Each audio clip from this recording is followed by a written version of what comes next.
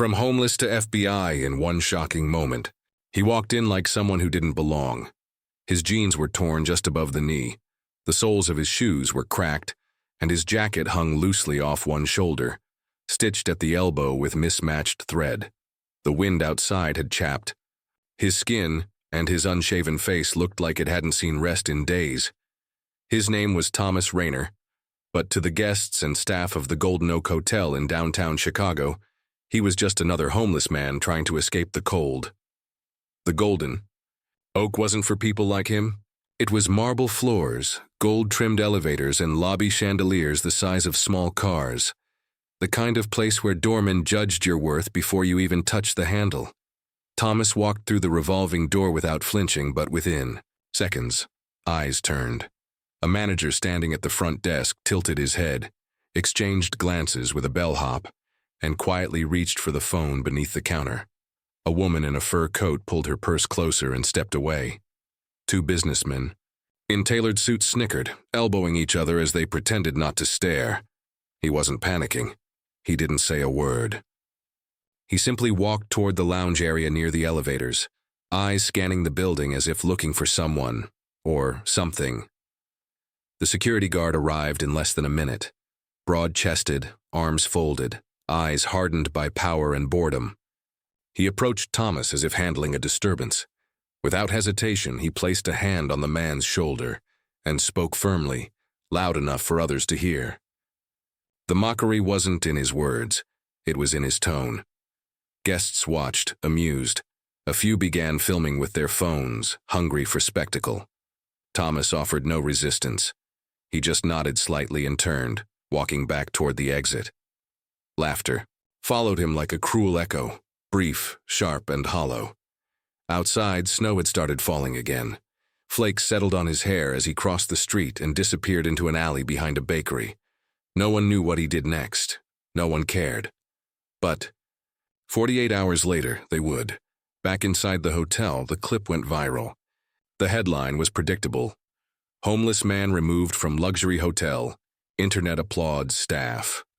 Comments poured in, praising the hotel's no-nonsense policy. Others mocked the man's appearance, calling him names, making memes out of his posture, and the moment he was pushed out, it became entertainment. But the truth was already on its way, and it would turn that laughter into shame. Because Thomas Rainer wasn't just anyone.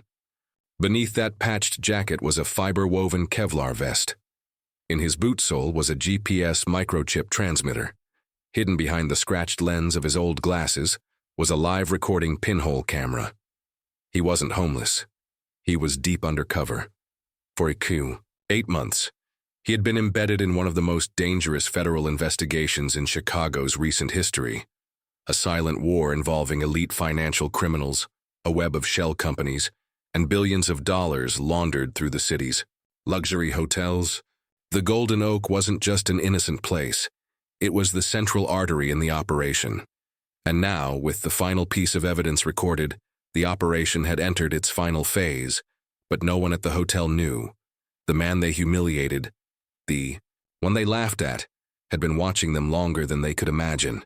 Not just their faces, but their secrets, their quiet deals, their whispered bribes, their coded language passed between concierge and client. He had seen it all, and he had sent it all to Washington. As he disappeared from sight that night, no one noticed the tiny black SUV parked a block away. Inside sat 2 agents in plain clothes, watching his every move, receiving live data from his lenses, tracking every step. Thomas was heading into the final stretch. He had endured months of filth, loneliness, and contempt. He had eaten from garbage, bins to maintain cover, slept under bridges, lost weight, and grown his beard until it itched with madness. But it was worth it, because this moment, this humiliation, would be the final key. The staff had confirmed what he needed, how they treated outsiders, how they communicated, who they protected, and it was all on camera. That night, while the city slept beneath a sheet of snow, a storm began brewing, not in the sky, but inside, sealed government buildings, where agents assembled the last threads of the case. a case that would shake the hotel to its very foundations, because the poor man they mocked wasn't coming back alone.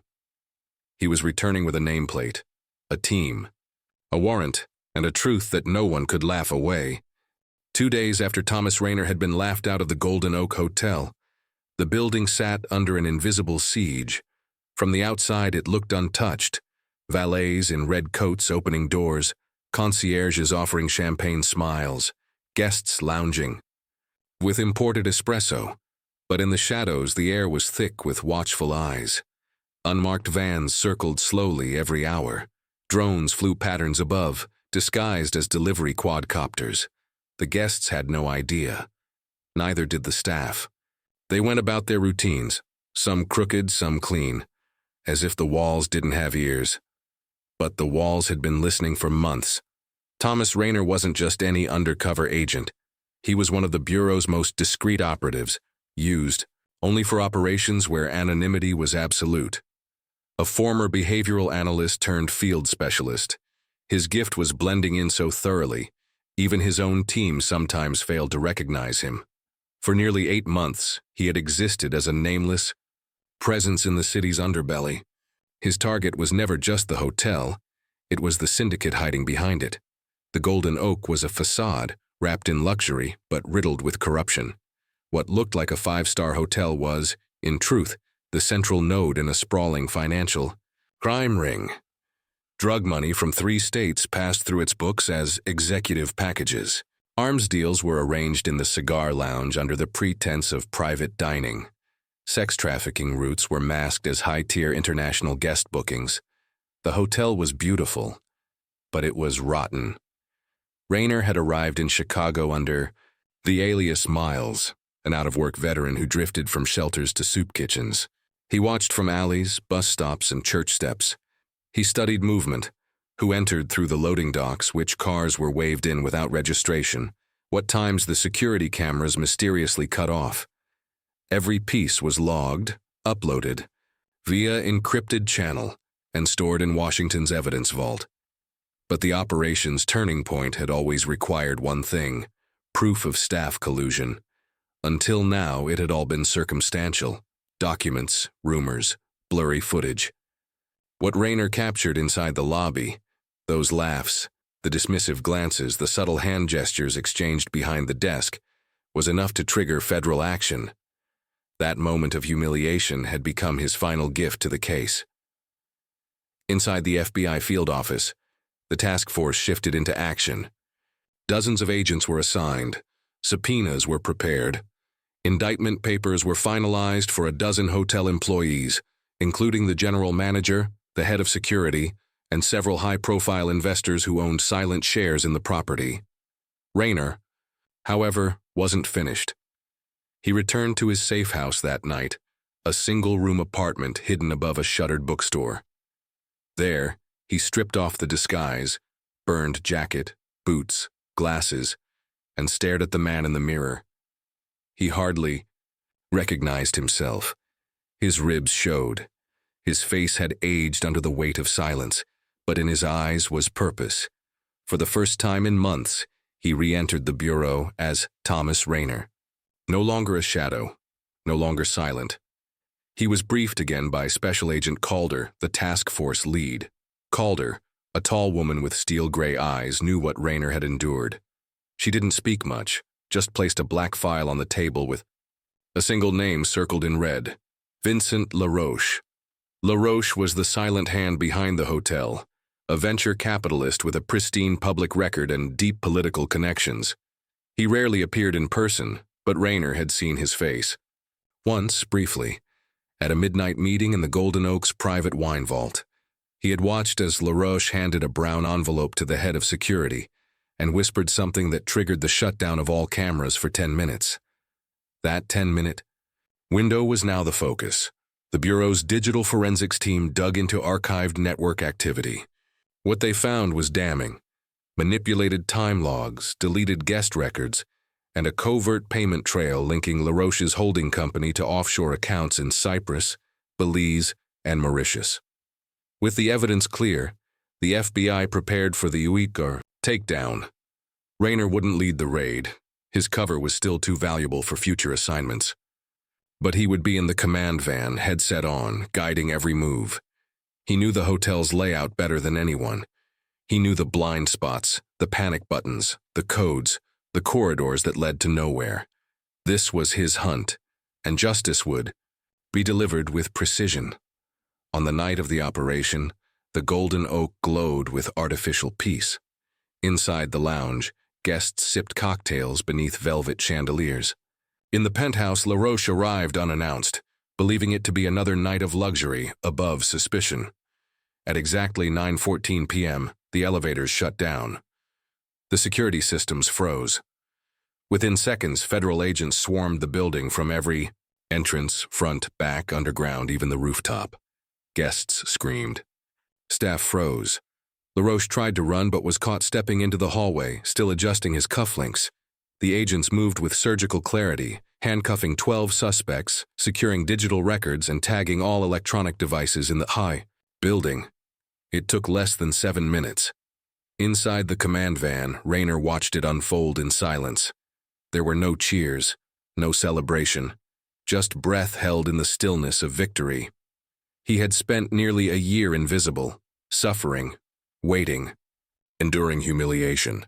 And now, in the blinking lights of evidence scanners and handcuffs, his mission neared its final chapter. What no one in the hotel had known, what no video had captured, was that the man they mocked had memorized their faces, recorded their whispers, and walked out of their building carrying their fate. But they would find out soon enough. Local channels led with live footage from the Golden Oak's cordoned entrance. Helicopters buzzed above, capturing images of arrested staff being escorted into black SUVs. Reporters jostled for space, shouting questions that went unanswered. But by sunrise, the headlines had reached every major network across the country. Luxury hotel raided by FBI and massive crime ring bust. Top financier Vincent LaRoche arrested in federal operation. FBI confirms undercover agent led 8-month sting. In the hotel lobby, now eerily quiet, the same marble floors that once echoed with laughter now reflected broken silence. Most of the staff had either been arrested or sent home pending investigation. The few who remained wore expressions of disbelief. The lounge, once filled with gossip and opulence, was empty, abandoned champagne glasses still sweating on silver trays. It was only hours later that they saw it. The man they'd laughed at, the one they called a bum, a nuisance, an embarrassment, appeared on the news, clean-shaven, standing at a podium, wearing a crisp black suit and the FBI insignia on his lapel. His name was announced: Special Agent Thomas Rayner, lead operative of the undercover division that dismantled one of the largest hotel-based laundering and trafficking operations in state history. The clip of him being escorted out of the hotel days earlier now played side by side with his official statement. The contrast was jarring. The lobby laughter, the looks of disgust, the arrogance, and then him, poised, sharp. Authoritative social media erupted with shock. Commenters dug up the viral clip and began apologizing. Others were outraged at how easily someone had been judged based on appearance. News anchors issued on-air corrections. The homeless man wasn't homeless at all. He was the architect of the entire operation.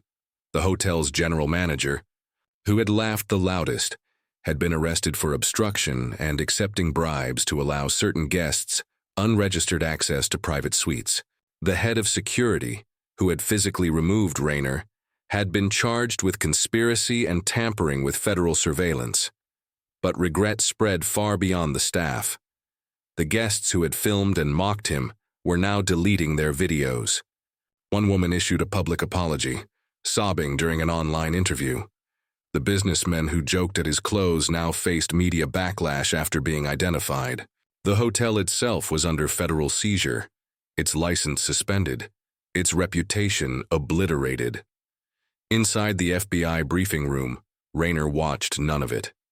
He sat quietly, his coat on the chair beside him, sipping coffee without cream. He didn't celebrate. He didn't smile. This was never about revenge. It was about justice, clean and complete. But in the hearts of those who had humiliated him, Justice arrived as shame.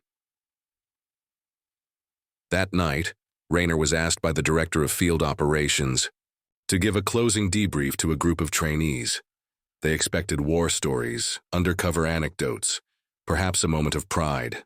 But Rayner said only one thing: don't ever mistake quiet for weakness, or torn clothes for irrelevance. The moment we start judging by appearance, we forget how power truly works. His words were carried across bureau offices. They were quoted in training manuals, reposted by civil rights groups, and added to a national conversation about respect, class, and human dignity. In the following months, Rayner was offered a public commendation. He declined it. He returned to field work, this time assigned to a new city, a new face, another mission that required patience more than pride. But his story lingered, not in his name, but in the silence that followed. The Golden Oak was eventually sold. The marble floors stripped, the lobby redesigned. But the stain of what happened, of who they mocked, never left. Because now, when someone walks in wearing old shoes or a weathered coat, there's a pause, a hesitation, a silent reminder that you never know who you're laughing at.